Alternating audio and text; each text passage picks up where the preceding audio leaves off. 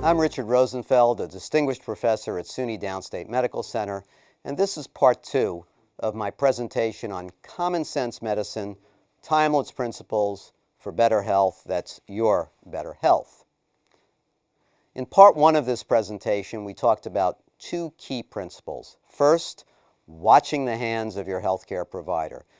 Do they always do hand hygiene before they touch you? Are they concerned about it? Do they do it after contact? And secondly, really being a skeptic about treatment effects, working hard to distinguish real effects of a treatment, whether it's medicine, surgery, a lifestyle change, any intervention, versus things that might happen anyway and have nothing to do with the treatment. Because every treatment has side effects, and we'd like to avoid those side effects if a treatment is not proven to be effective. Step 3 in this process is to always question an antibiotic prescription, and I mean this sincerely, and it's probably the most important part of this common sense approach. If you speak to physicians who prescribe antibiotics, this is a study from the UK, at least 90% of general practitioners in the UK feel under pressure to prescribe antibiotics to patients, and even 70% prescribe it when they're not even sure that you have a bacterial infection.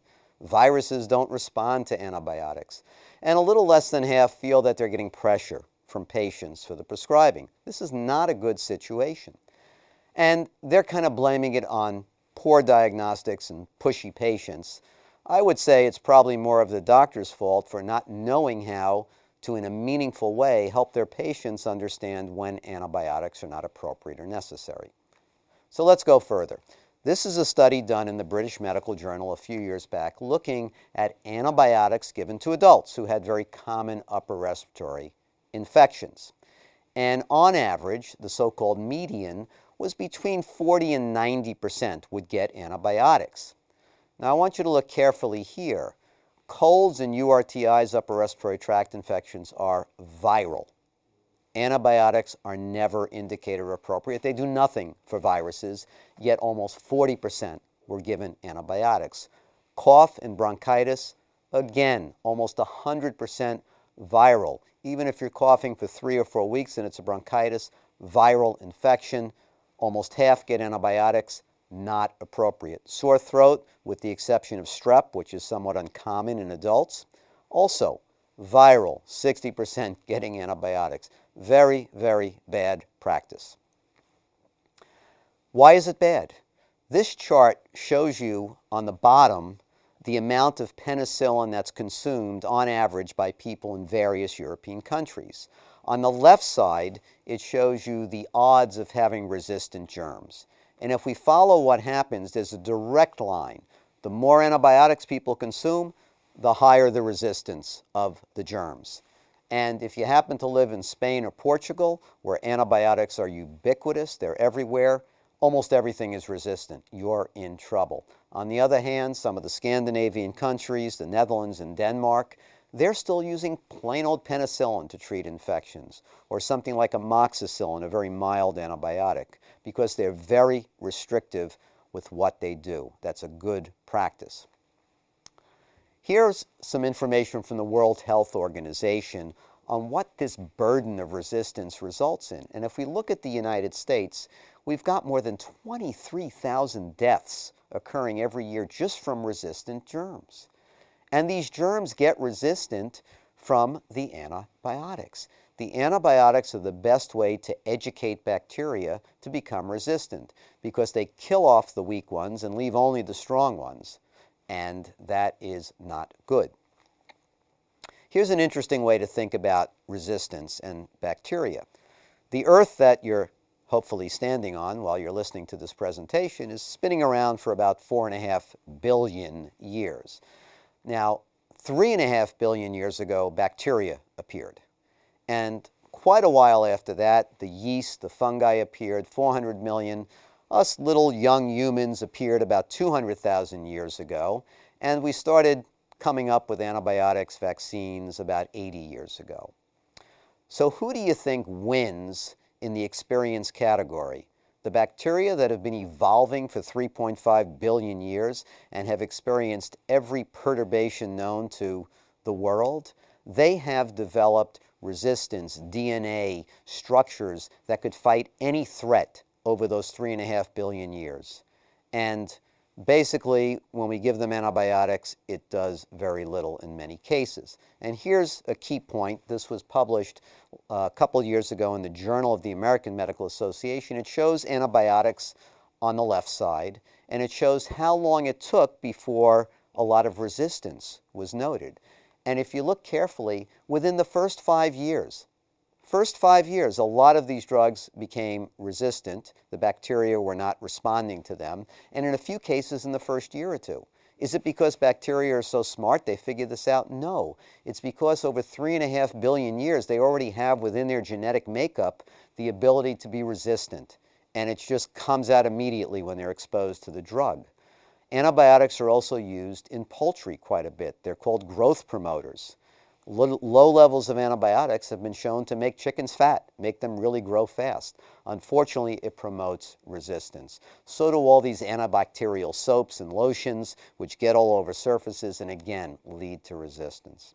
So resistance is a problem, and it's a worldwide problem. The dark green here shows resistant germs all over the world. Now, why should you care? You could tell me, well, bacterial resistance is a social problem. It doesn't affect me. Well, if you have a child with an ear infection and you give them an antibiotic, the next time they get sick, it's going to be harder to treat because now they have educated resistant bacteria. So there is a very personal downside to bacterial resistance. And here's another way to think about it, something called the microbiome. Our body is loaded with bacteria. As a matter of fact, the average person, bacteria are 5% of their body weight. So if you weigh 120 pounds, you're carrying around every day of your life 6 pounds of bacteria. That's a lot. When you ingest an antibiotic, it affects all those bacteria. When we're born, we have an ecology. We have a balance of germs throughout our body, and this evolves in the first year of life. When you take an antibiotic, it changes this whole balance, and it really throws things out of whack. And the latest studies are suggesting that things like GERD, gastroesophageal reflux, reflux disease, heartburn, indigestion, Barrett's esophagus, asthma, even obesity are related to these disturbances in the balance of bacteria in our bodies from taking antibiotics. And if you're getting unnecessary antibiotics for all those viral conditions, bronchitis, colds, upper respiratory tract infections, most sore throats, that's really bad. Forgetting about all the other reactions you can get, allergic reactions that can sometimes be serious or even fatal, as well as intestinal infections called C. difficile, a real serious intestinal problem. Even Consumer Reports puts out articles on when to say no to an antibiotic prescription. Turns out it's pretty common, pretty much from everything from ear infections, eczema, eye infections, pink eye, conjunctivitis, respiratory infections, sinus infections, swimmer's ear, and even urinary tract infections often get better on their own, and antibiotics are not necessary. Really interesting stuff. So, questions you should ask before you take that antibiotic your doctor gives you. First is, and this seems simple, doctor, are you really sure it's a bacterial infection? Because if it's not, antibiotics have no role. Second point is, even if it's bacterial, can my body fight it? And all those things from Consumer Reports, your body can usually fight. Third, all right, if it really is beneficial, does the benefit exceed the risks? Remember, for sinus infections, 75% of the improvement was due to natural history and another 14-15% was the antibiotic.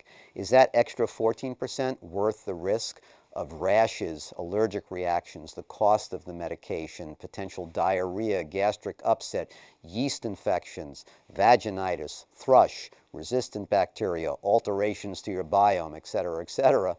That's a question only you can answer. And again, the side effects, as we just mentioned. If you're going to take it, can you do delayed prescribing? And this is pretty nifty. So if you feel you might benefit from a drug, you can tell your doctor, is it all right if I give my body 5 days, 7 days to fight this on its own, and if I'm not better, then I'll start the antibiotic.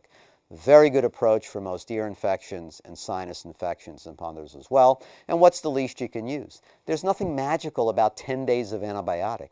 You can take 3 days, 5 days, 7 days. You don't need a full 10 days, and you'll have less resistance if you minimize the duration. All right. The last point I want to drive home in this series is about experts, because a lot of doctors really view themselves as experts, and should you trust them? Well, Oliver Wendell Holmes, a Supreme Court justice, the son of Oliver Wendell Holmes, the physician, is known to say that certitude is not the test of certainty. We've been cocksure of many things that aren't so. Just because you're an expert and believe it does not make it so. It does not mean it's valuable, does not mean it works. And I'd like to drive this point home with a quick story about two very famous people, one more than the other. And what we're looking at here are Sigmund Freud and Wilhelm Fleiss in Vienna in 1895. Sigmund Freud and Fleiss were pretty cocksure about the things they did. And one of these related to a wacky thing called the nasogenital reflex, which was based on the principle that we have erectile tissue that can swell up in only two places in our body, the nose and the genitals. And it was hypothesized there was a relationship. And Wilhelm Fleiss, who is Freud's personal physician and ear, nose, and throat consultant, actually believed this quite readily and was very fond of doing certain surgery in women who had painful menstruation called dysmenorrhea. He would cauterize the nasal bone and then later would actually remove bones from the nose entirely, potentially disfiguring the women or creating bleeding or complications or breathing problems for their whole life. But he was an expert, and he was cocksure, and he knew it worked, and he said these women improved their painful menses, and Freud kept sending patients because he felt the same way.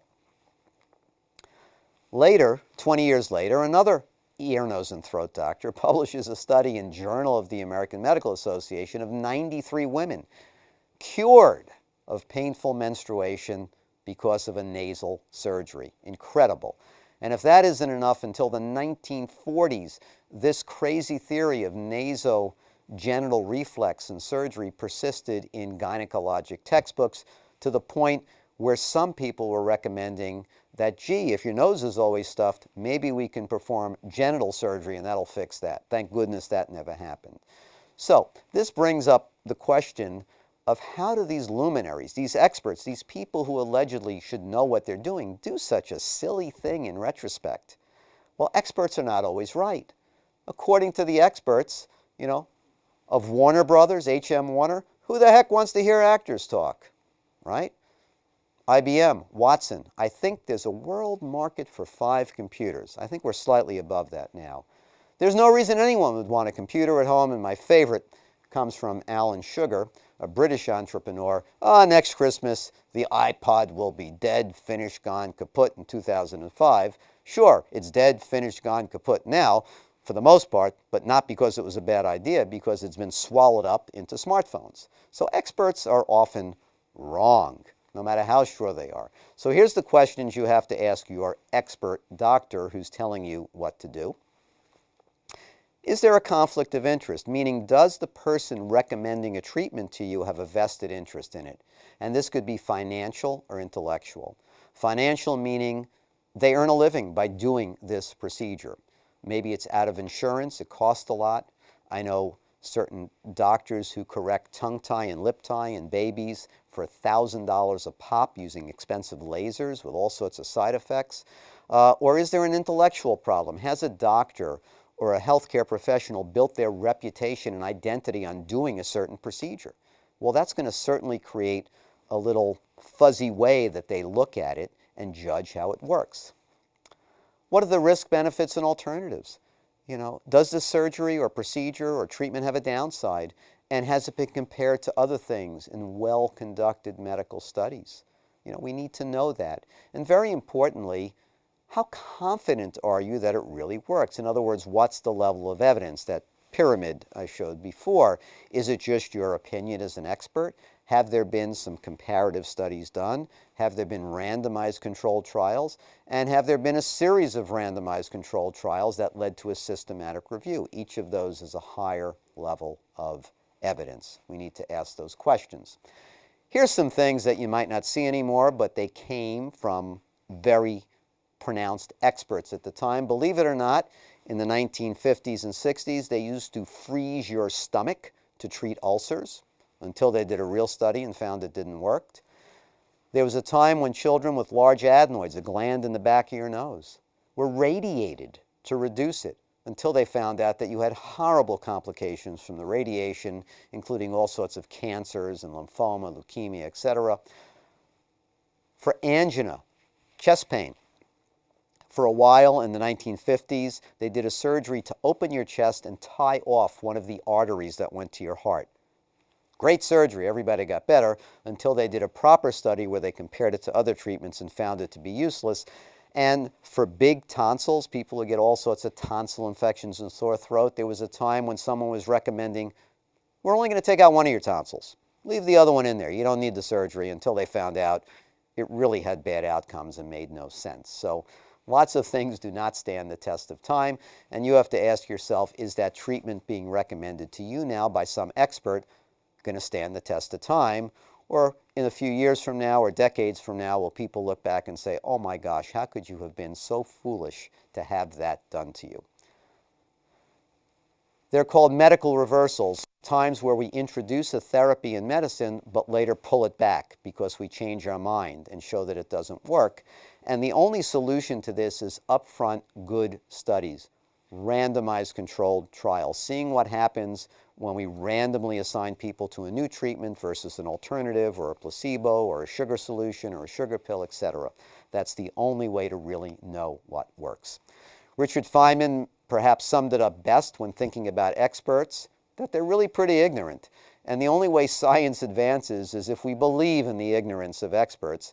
And it looks like Freud and Fleiss and many other experts that I've shown you might have been ignorant, at least in certain areas, and I'm sure that's true today. I want to end with a few words about lifestyle. So far I've just talked about medicine and things to do. And I'm going to get personal here. Here's my approach to this. I like to eat a whole food, plant-based diet.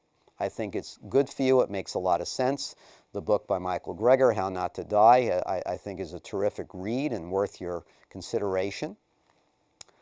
I personally like to avoid all processed foods. I stay away from added salt and sugar to the extent I can. I'm a bit of a fitness buff. I'm shown here just entering into a 15K with one of the residents in our training program. I try and run 25 miles a week. I get up at insane times, 3:15, 3:30 in the morning, and actually run or work out before coming to work. And I am a fitness buff too. I work out at home 3-4 times a week with weights, training to develop my strength. Now this takes a lot of time, but I think it makes sense. Now here's the key point that I really want to drive home. Something to contemplate.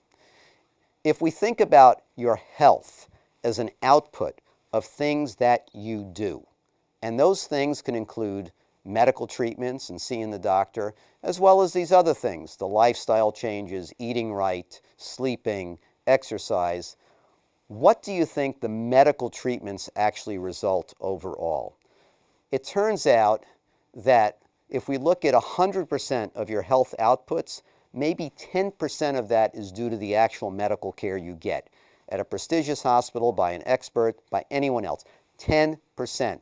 That means 90% of your health and the way you feel is due to things outside the medical system. So you got to take care of yourself. You need to eat right. You need to stop smoking. You need to exercise, both in terms of cardiovascular and fitness and weight training. If you don't do this, all the medical care in the world and all the common sense in the world is going to be for naught. So in conclusion of this series, which I hope you've enjoyed, we start by watching the hands and looking for hand hygiene. We then want to always be a skeptic about treatments that are recommended to us and understand the evidence behind them and think about other reasons you could improve beyond the treatment itself. It's always good to question antibiotic prescriptions because avoid them if you can. Preserve your biome. Stay away from side effects. Avoid resistant bacteria. Avoid unnecessary intestinal infections, and save antibiotics for the times in your life when you really have a serious infection and truly need an antibiotics. Be careful about those self-proclaimed experts, those TV doctors, the doctor with lots of degrees who just want you to believe things based on their experience.